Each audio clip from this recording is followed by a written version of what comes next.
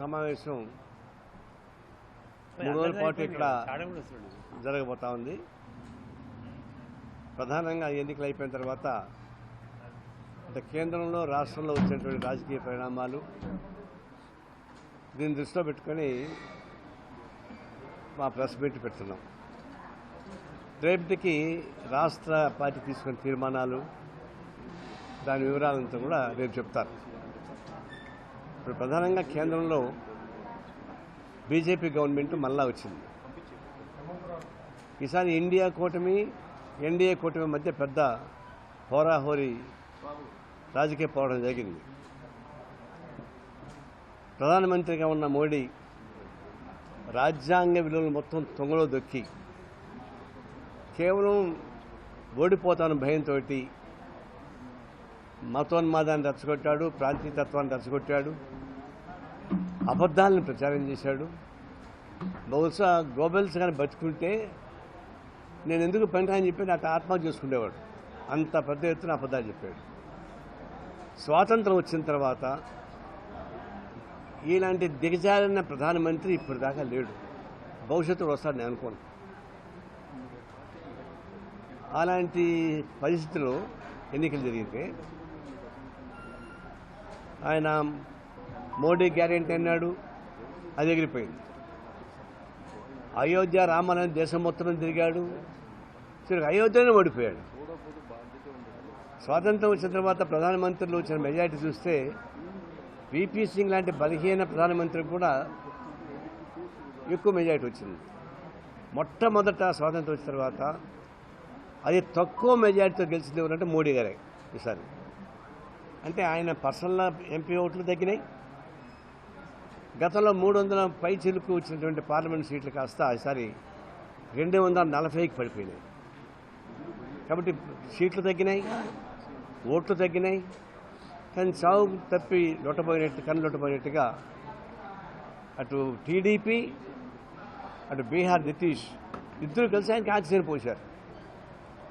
అంటే ఈ 10 ఏళ్ల పాటు పరిపాలన సాగిస్తే మరి పెద్ద మెజారిటీ కలవాలి కదా, ఆయన తెలిసిన అచీవ్మెంట్ చెప్పాలి కదా. ఏం చెప్పలేకపోయాడు. సంవత్సరం 2 కోట్ల రూపాయల ఉద్యోగాలు, 2 కోట్ల ఉద్యోగాలు పోయినాయి. అంటే దాదాపు 20 కోట్ల ఉద్యోగాలు రావాల్సిన రాలేదు కదా. బ్లాక్ మనీ తెచ్చి ప్రతి కుటుంబానికి 15 లక్షలు ఇస్తాడు, అది రాలేదు కదా. పబ్లిక్ సెక్టర్స్ ఉండపంగ అమ్మేస్తున్నారు కదా. ఇవన్నీ ఒకటైతే కార్పొరేట్ కంపెనీస్ అప్పగిస్తూ ఉన్నాడు. ఈయన రాకముందరగా 2,50,000 కోట్ల రూపాయలు ఎన్పీఏ అయితే ఈయన వచ్చిన తర్వాత 16 లక్షల కోట్ల రూపాయలు ఎన్పీఏ అయింది. 29 మంది ఈ దేశం వదిలిపెట్టిపోయారు. అంతా కలిసి 16 లక్షల కోట్ల రూపాయలు వాళ్ళు ఎగ్గొట్టి వెళ్ళిపోయారు. అందులో ఒక విజయ్ మాల్యా తప్ప మిగతంతా గుజరాత్ వాళ్ళే, ఈయన శిష్యులే. అందులో ఒక కార్పొరేట్ కంపెనీస్ దోపిడీ చేశారు. మరోవైపున ఈ ప్రాంతీయ తత్వాన్ని రెచ్చగొట్టారు, సెక్యులరిజంగా మాట్లాడారు. ఇంత మాట్లాడి మీకు వచ్చేటి విజయాలు ఏంటి అని చూడాలి. అది కేవలం 2 రాష్ట్రాల్లో ఉన్న బీహారు ఆంధ్రప్రదేశ్ ఉన్నటువంటి పార్టీలు సపోర్ట్ చేయబట్టి ప్రధానమంత్రి అయ్యారు తప్ప ఎవరు. ఇప్పుడు పార్లమెంట్ స్టార్ట్ అయింది. ఒక శుభసూచకం ఏంటంటే బుల్డోజర్లాగా పార్లమెంట్ నడిపించేటువంటి అవకాశం లేదు. బహుశా స్వాతంత్రం వచ్చాక ఫస్ట్ టైం అపోజిషను స్ట్రాంగ్గా ఉంది. 230 మంది అపోజిషన్లో ఉన్నారు, 240 మంది రూలింగ్ బీజేపీ ఉన్నారు. కాబట్టి ఒక స్ట్రాంగ్ అపోజిషన్ ఏర్పడింది. కానీ స్ట్రాంగ్ అపోజిషన్ ఏర్పడినాక పార్లమెంట్కి సాంప్రదాయం ఉండాలి కదా. గతంలో 140 మంది పార్లమెంట్ సభ్యులను బయటపెట్టి ఈ కార్మిక చట్టాన్ని మార్చేశారు. ఇప్పుడేమంటారు, అయ్యా కార్మిక చట్టం అమలు చేయబాకండి, పెండింగ్లో పెట్టండి అని చెప్పేసి అంటుంటే ఎన్నోళ్ళు. ఆ కార్మిక చట్టాలు ఏమున్నాయి? పోరాటం చేసేటువంటి కార్మిక వర్గానికి పనిష్మెంట్ తీవ్రంగా ఉంటాయి.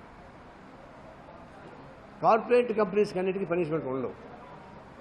ఒకప్పుడు కార్మికులు ఇల్లీగల్గా పోరాటం సాగిస్తే చట్ట వ్యతిరేక కార్మిక ఉద్యమం ప్రకటించేవాళ్ళు.